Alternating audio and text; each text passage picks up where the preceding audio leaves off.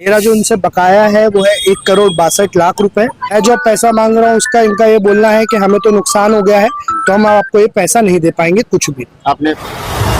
आप देख रहे हैं जनपद न्यूज। लोकसभा चुनाव 2024 में बिहार में हर बूथ पर सीसीटीवी कैमरा लगाने और मैन पावर के लिए विभूति सर्विसेज प्राइवेट लिमिटेड अहमदाबाद को निर्वाचन आयोग की तरफ से इस काम का टेंडर इस कंपनी को मिला था और इस कंपनी के साथ IKEA business private limited Bengaluru भी थी और उनके द्वारा पेटी कॉन्ट्रैक्ट पर मैन पावर सप्लाई और हर बूथ पर सीसीटीवी कैमरा लगाने का काम प्रतीक जैन को दिया गया। ये काम प्रतीक 7 फेज में किया था और 2200 बूथों पर सीसीटीवी कैमरा लगाया था। प्रतीक जैन ने पत्रकारों से बात करते हुए बताया कि काम पूरा होने के बाद जब मैं विभूति सर्विसेज प्राइवेट लिमिटेड और आइकिया से पैसा मांगने गया तो मुझे कहा गया कि जब सरकार की तरफ से हमें पैसा मिलेगा तब हम आपको आपका पैसा दे देंगे। काम पूरा होने के बाद समय बीतता गया और मैं लगातार कंपनी को बोलता रहा कि मेरा 1.62 करोड़ का पेमेंट कब देंगे, लेकिन मेरा पेमेंट मुझे नहीं मिला। कंपनी की तरफ से प्रतीक को धमकी मिल रहा है कि आपको जेल भेज देंगे, आपका हाल बुरा कर देंगे और आपका पैसा हम नहीं देंगे।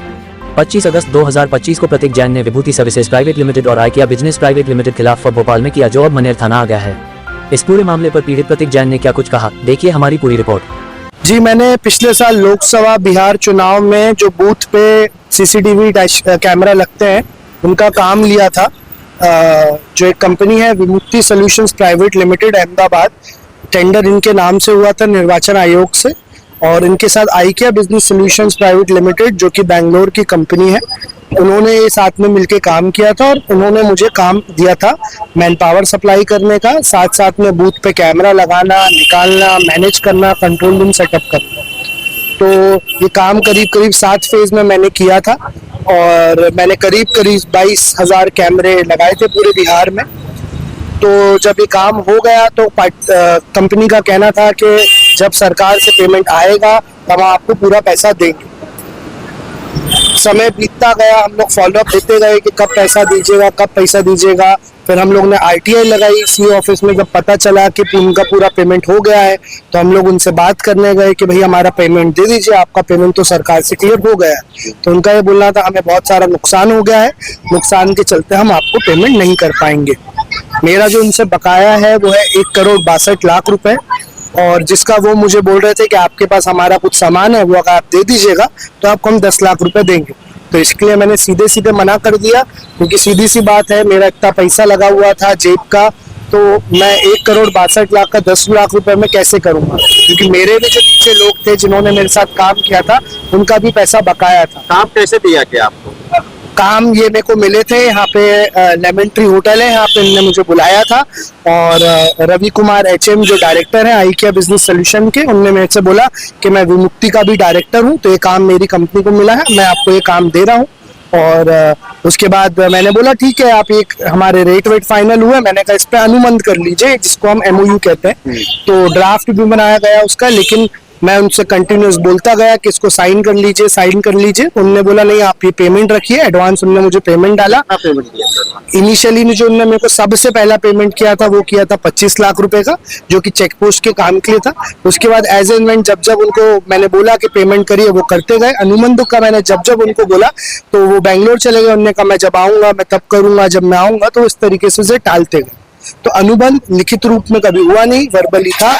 मेरे पास पूरी कॉल रिकॉर्डिंग है, मैसेजेस हैं, चैट है, सारी चीजें। आप जो पैसा मांग रहे क्या बोल? मैं जो पैसा मांग रहा हूँ उसका इनका ये बोलना है कि हमें तो नुकसान हो गया है, तो हम आपको ये पैसा नहीं दे पाएंगे कुछ भी। आपने FIR भी किया?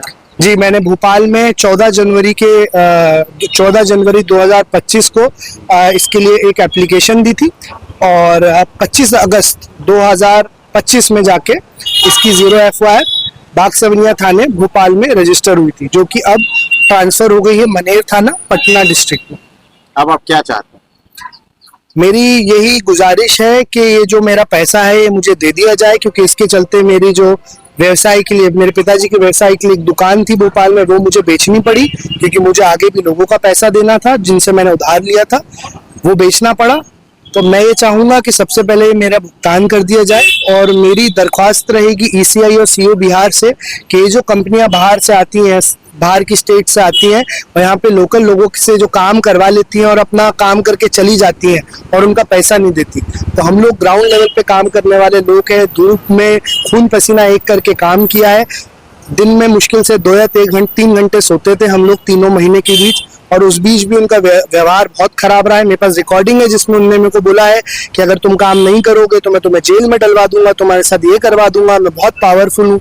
तो हम लोग के ऊपर प्रेशर बना के पूरा काम करवाया गया और जब काम हो गया तो हमें पैसा नहीं दिया गया। अच्छा ये बताइए कि आपको मिला था, मुक्ति को टेंडर मिला था, विमुक्ति आइकिया का द्वारा आपको काम मिला है जी। जब पेमेंट मांगने जाते हैं उनसे बोलते हैं कि पेमेंट दीजिए, तो क्या बोला जाता है आइकिया के द्वारा?